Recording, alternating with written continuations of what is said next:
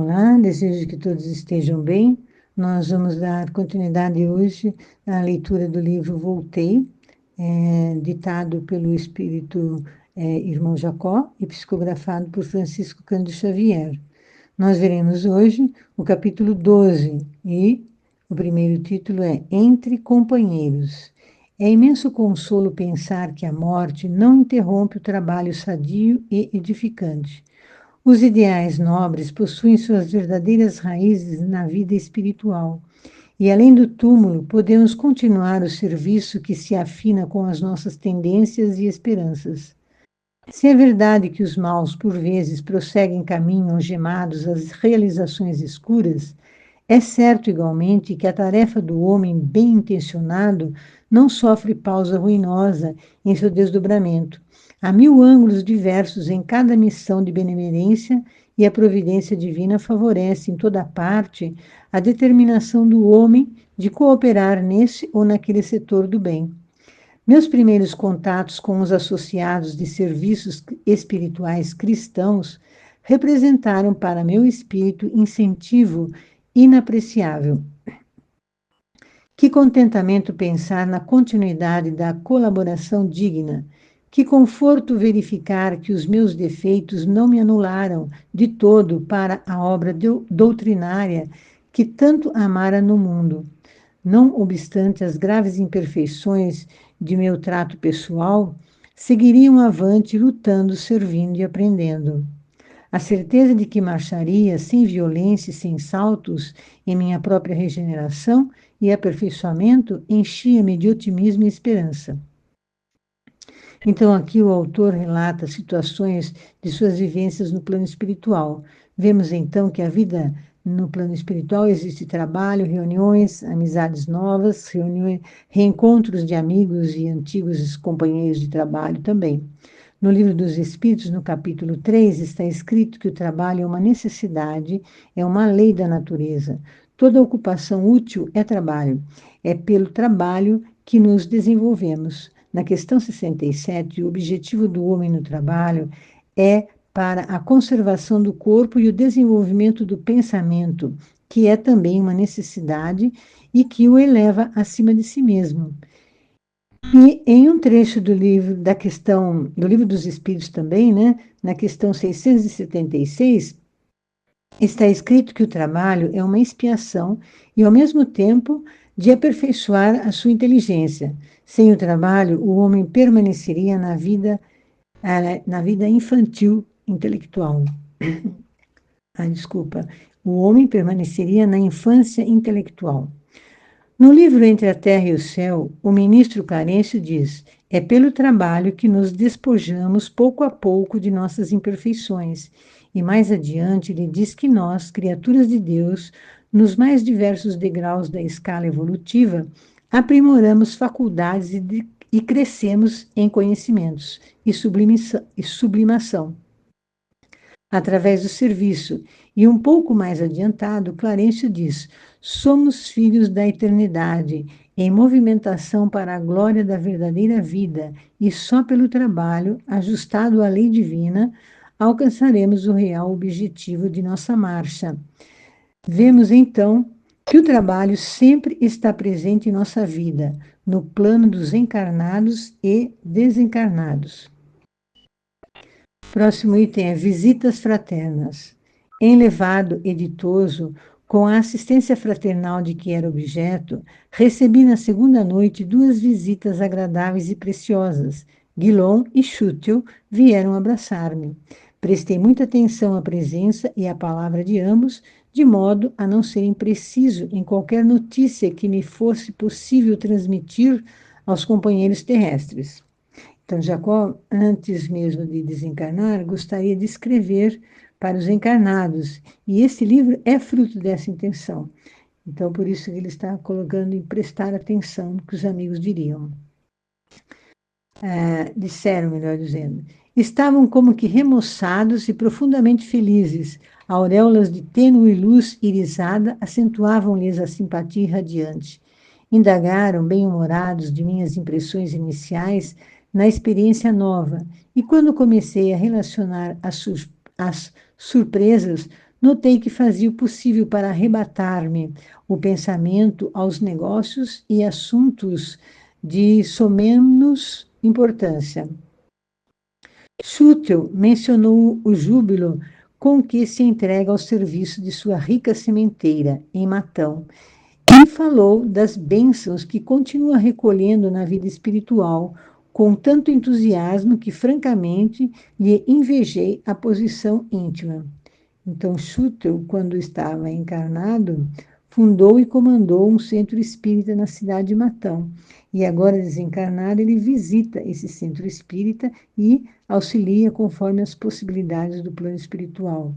A cidade de Matão fica na região central do estado de São Paulo.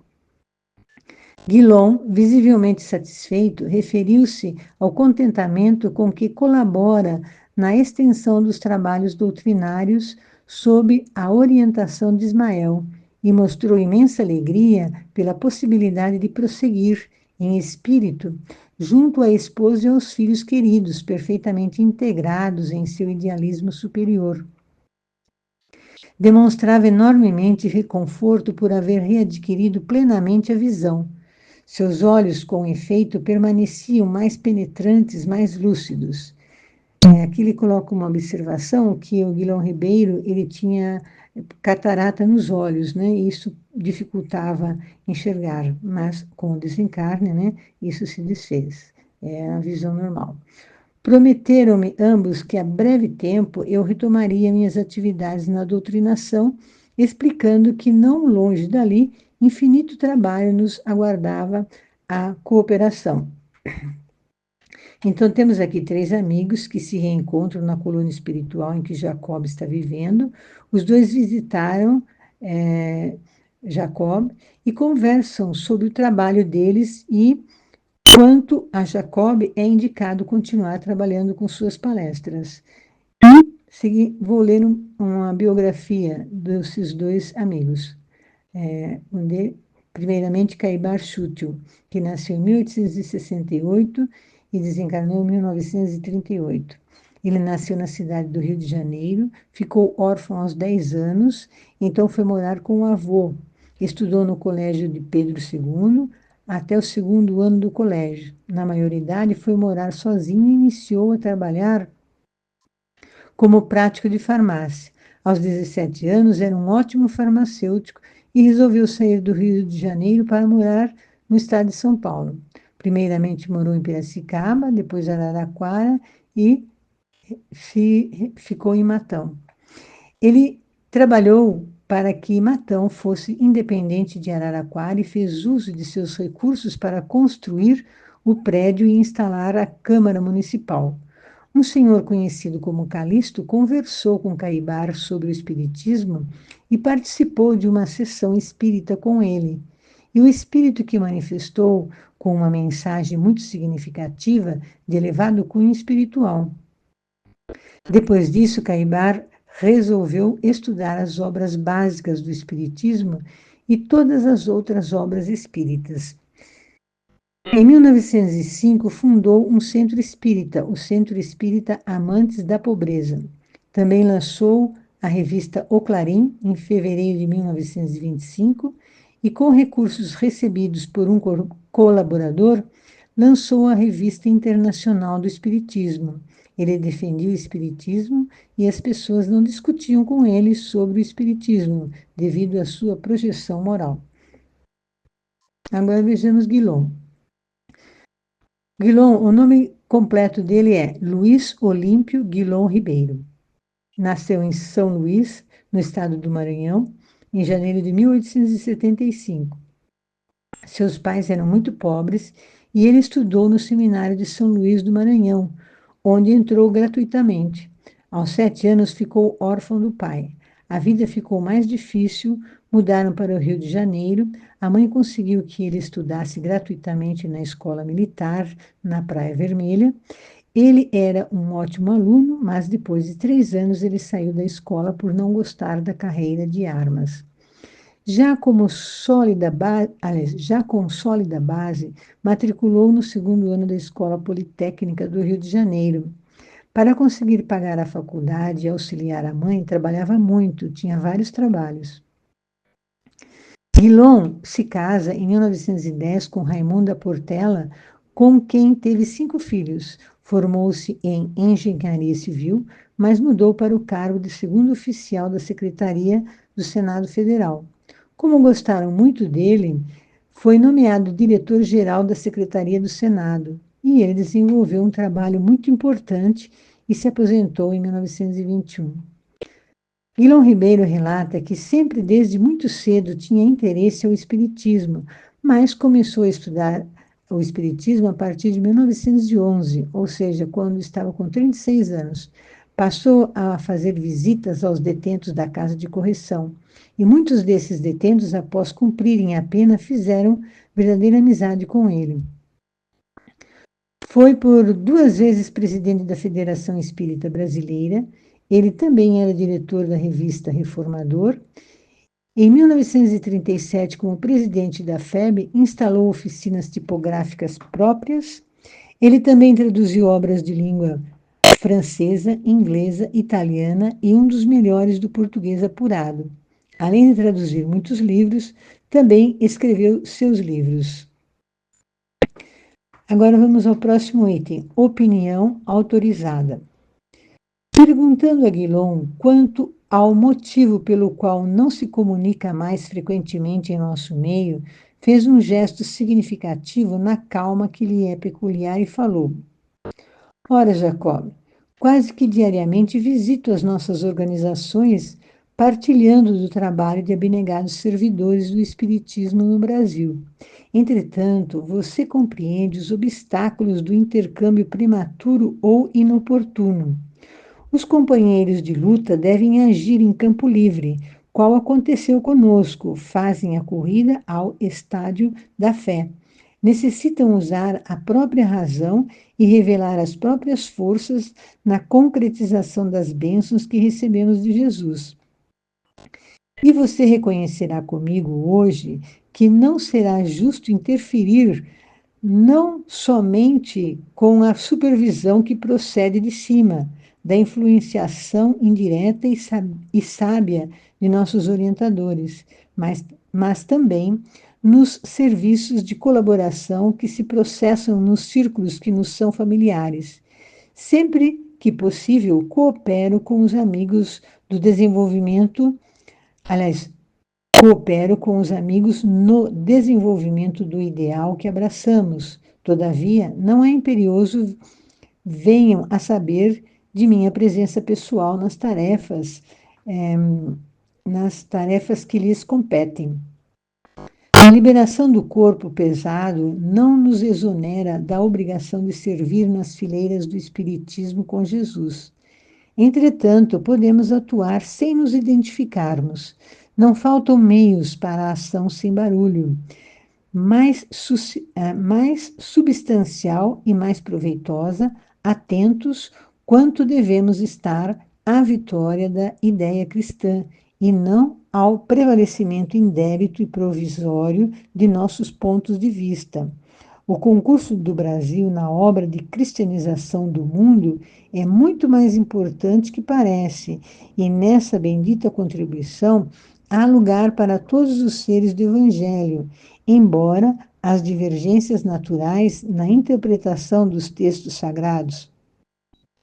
Estamos diante de agigantado esforço de educação, cuja grandeza nem de leve podemos apreciar por enquanto. Assim, é conveniente utilizarmos os recursos ao nosso alcance, em benefício da fraternidade geral, com sadio e gradativo entendimento da verdade e do máximo bem, ausentes de qualquer problema intrincado e desagradável do personalismo menos digno, que somente orgulho, egoísmo e vaidade representa. É imprescindível esquecermos os casos pessoais, para fixar a mente no espírito coletivo da tarefa redentora.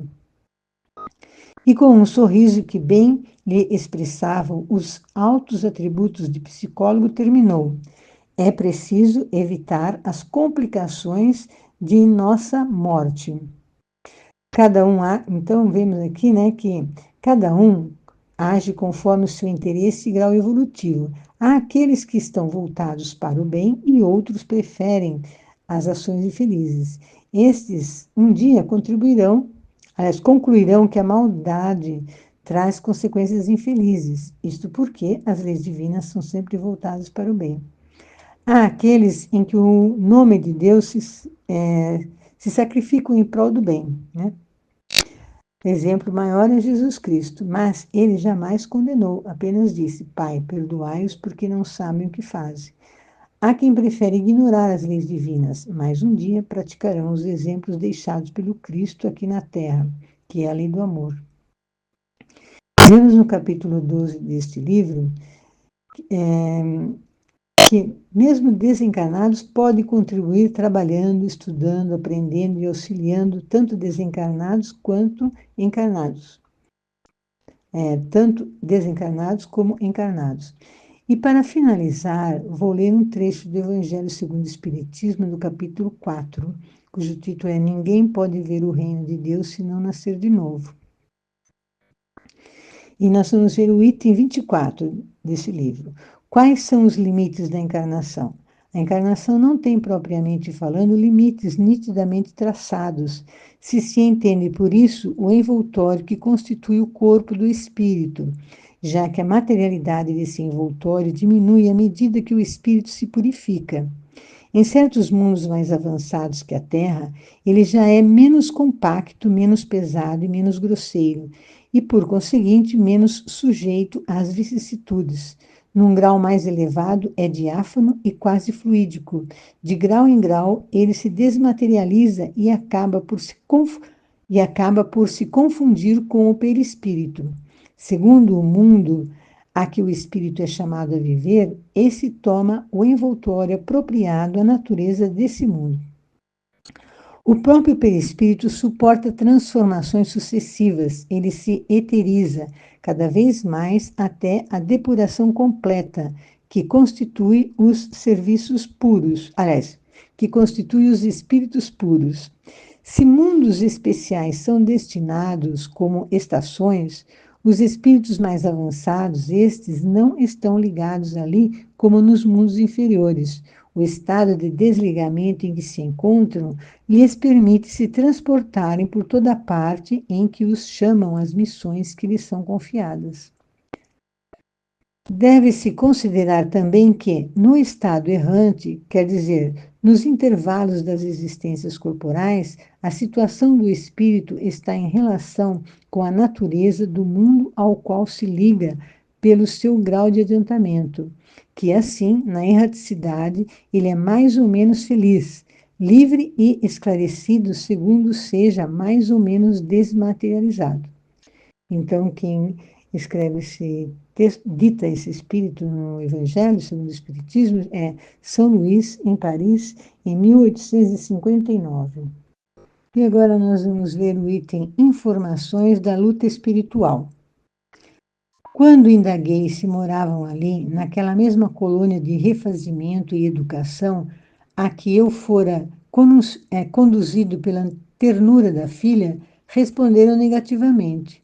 Declarou Guilom residir em plano diferente, em companhia da genitora, que o aguardara, além túmulo, com extremado carinho, de onde prosseguia em ligação com os familiares inesquecíveis e com os irmãos de tarefa, ainda materializados no mundo. E Chútil fixara-se em extensa organização destinada a proteger os interesses do espiritismo evangélico no mesmo núcleo em que Guilom fora compelido a assediar-se atendendo ao coração. Comentaram ambos o serviço de espiritualidade a desdobrar-se em todas as direções. Reportou-se Guilom às fundas impressões que lhe causavam as atividades de auxílio aos espíritos das trevas, lembrando com calor as sessões do Grupo Ismael, em que muitos eclesiásticos, envenenados de ódio e cegos de ignorância, são conduzidos ao conhecimento cristão, e contou-nos que tantos sofrimentos e incompreensões existem nas zonas próximas à moradia dos homens, que Bezerra e Saião autorizados à sublime ascensão aos planos superiores, haviam decidido renunciar a semelhante glória em companhia de outros missionários devotados ao sacrifício pessoal, a fim de se consagrarem por mais dilatado tempo à transformação gradual de longas fileiras de infelizes. Assim é que muitas instituições de socorro e esclarecimento são mantidas nas regiões abismais, onde a inteligência de espíritos tirânicos e sagazes estabelece a escravidão organizada, embora temporária, de grande número de desencarnados invigilantes e desviados das leis divinas, mantendo-se em mentirosas exibições de poder, qual acontece a muitos homens destacados da terra que encarceram os semelhantes nas teias de suas criações mentais para o mal, em que se comprazem até que o domínio supremo os revolva. A ação contra o crime e contra a ignorância nas esferas que rodeiam a experiência carnal é vigorosa e incessante. Destacou a necessidade maior aproveitamento das lições que o Espiritismo oferece às criaturas e explicou que a obra social que a nossa doutrina consoladora vem realizando no Brasil constitui valioso esforço de vanguarda, de vez que, em muitos centros de evolução planetária, a solidariedade humana, com entendimento e aplicação das bênçãos divinas, somente é suscetível de intensificação nos círculos de trabalho, além da morte do corpo. Encareceu que o Espiritismo evangélico é chamado a desempenhar imenso apostolado de libertação da mente humana, encadeada aos mais escuros e asfixiantes preconceitos que operam a prisão e a moléstia de almas. Salientou que não vale morrer sem a regeneração íntima, porque ninguém avança um palmo no caminho da eternidade sem luz própria. Daí continuar acreditando que o maior serviço prestado à doutrina é ainda o da própria conversão ao infinito bem. Os fenômenos que costumam preceder a mudança das atitudes mentais no terreno das convicções, outra finalidade não trazem senão a de sacudir a consciência, despertando-a para a responsabilidade antes as leis universais. Com a perda do instrumento de carne, não havíamos penetrado um sistema de acesso indiscriminado ao reino divino, e sim no esforço de extensão desse reino na terra mesma. Agora que nos achávamos em outra região vibratória do planeta, poderíamos aquilatar a extensão da luta. Era tão comum renascer na matéria física quanto morrer nela, e se a paisagem das esferas felizes era uma realidade atingível, não é menos imperiosa e verdadeira a obrigação de nos aprimorarmos a fim de merecê-las.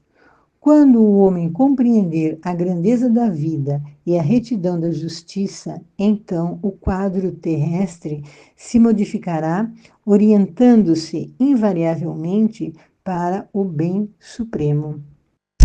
Então, nós vamos parar por aqui a leitura deste capítulo, ainda não está encerrado, e nós daremos continuidade na semana que vem.